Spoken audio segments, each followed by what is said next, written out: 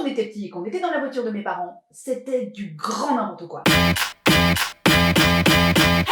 On n'avait pas de ceinture et surtout, on faisait un truc avec mes frères et sœurs qui était génial.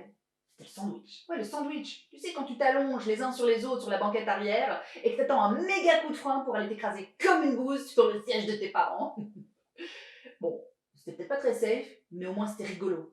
Non, parce qu'aujourd'hui, moi, quand j'installe mon enfant dans la voiture, il a un harnais tellement énorme que je sais pas si je l'envoie à l'école ou au Space Mountain. Et ce qui était bien, c'est qu'on pouvait s'amuser avec le loquet.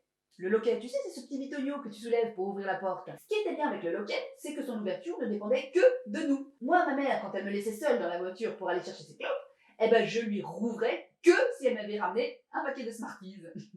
Non, je déconne. Si je lui ouvrais pas la porte, je me prenais la cartouche dans la gueule. Mais au moins, pendant ce temps-là, on pouvait rêver. La seule chose aujourd'hui qu'on propose à nos gamins pour leur remuer un peu les méninges, ce sont des airbags latéraux. C'est comme les fenêtres. Plus de manivelle, rien que de l'électrique, sous le contrôle des parents. Alors, le contrôle parental des fenêtres, c'est très chouette, mais encore faut-il avoir un enfant qui prévienne un tout petit peu à l'avance avant de se mettre à vomir. Et puis on apprenait aux enfants à fumer, et ça c'était cool, parce que c'était fait sous la surveillance des parents. Moi, ma mère, elle clopait tellement dans la voiture qu'aujourd'hui, si on regarde la racine de mes cheveux au microscope, 35 ans après, on voit encore des traces de gitane. Les bagnoles à cette époque-là, elles étaient tellement géniales qu'elles portaient toutes le nom de super. Il y avait la Super 5, la Super 4L, la Renault Super, enfin tout ça était tellement enthousiasmant.